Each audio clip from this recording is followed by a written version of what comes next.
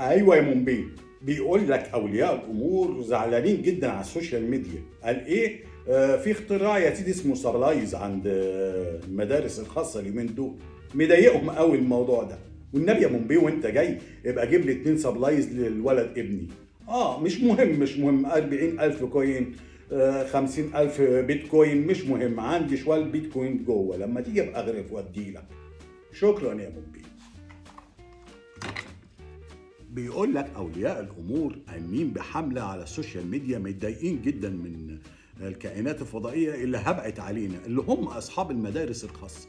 يا جماعه ده حقهم، ده بروتوكول استعماري، ده شيء عادي.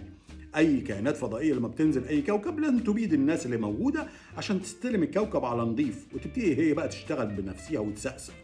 فاعذروهم، هم غصب عنهم، هم مش متعودين لسه علينا كمصريين.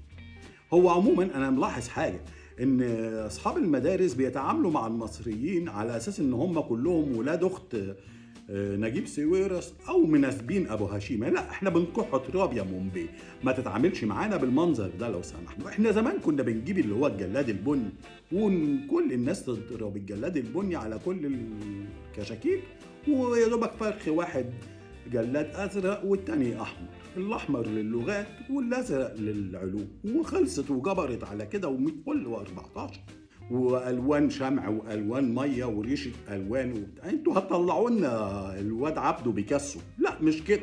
يعني ايه تقول له 4 علب الوان اللي هي 24 لون اعلى ماركه؟ ولما اسال اصحاب المدارس ليه منقيين الماركه دي، يقول لك عشان نعمل نوع من التوحد بين الاطفال. فكره حلوه، بس يا ريت تتوحد من تحت.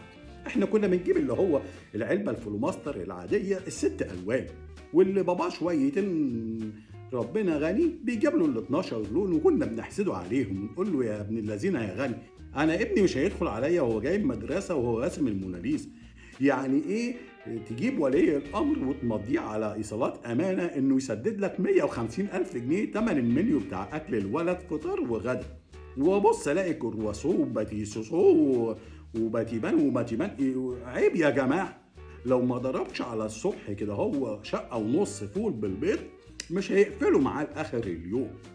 احنا متعودين على سيستم معين في الغذاء، هيلسي، ما تبوظوش السيستم لاولادنا، هيتخانوا ويضربوا مننا واحنا عندنا اولمبيات لسه عايزين نطلع ابطال.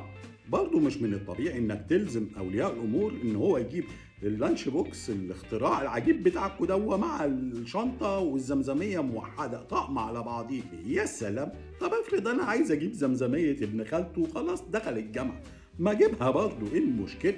انتوا بتحرموا ولادنا بالمنظر ده من متعه الطفوله. يعني هو دلوقتي يعمل ايه باللانش بوكس؟ مش هيبقى زي الكيس اللي كان بيحط كيس سندوتشين ولما ياكلهم ينفخوا ويرقعوا في قفا اللي قدامه، وكان بيبقى في تفاعل كده وألفة بين الاولاد. انتوا هتحرموهم من الكلام ده. سيكولوجيا ده غلط، لان كل واحد هيبقى مكبوب جوه اللانش بوكس ومحدش عارف ايه اللي جنبه بياكل ايه. لازم يبدلوا مع بعض الاكل. اهدوا شويه يا اصحاب المدارس، ما هو انتوا برضه لازم تفكروا. انتوا لما تموتوا كل اولياء الامور السنه الجايه هتلاقوا مين تستنزفوا فلوسه. لازم تشتغلوا زي بتوع KGB والمخابرات البريطانيه والجو ده. لما تسيبوا عطشان 3 ايام تجيب له قطنه فيها نقطتين ميه وتسقسق له في بقه عشان يفضل عايش وتعرف تعذبه. لكن انتوا لما تعملوا كده وتغلطوا كل اولياء الامور، طب السنه الجايه هتلاقوا مين تبتزوا فلوسه؟ فكروا فيها برضه بحنيه ويكون في سنه انسانيه. السبلايز وعموما اذا عجبكم الفيديو يا ريت ما تبخلوش علينا بكومنتاتكم واللايك والشير. انتوا شايفين احنا مكلفين وجايبين سيجار وجايبين شغل عشان نوصل رسالتنا للناس اللي ناويه تموتنا. السلام عليكم، مسوا بالعافيه.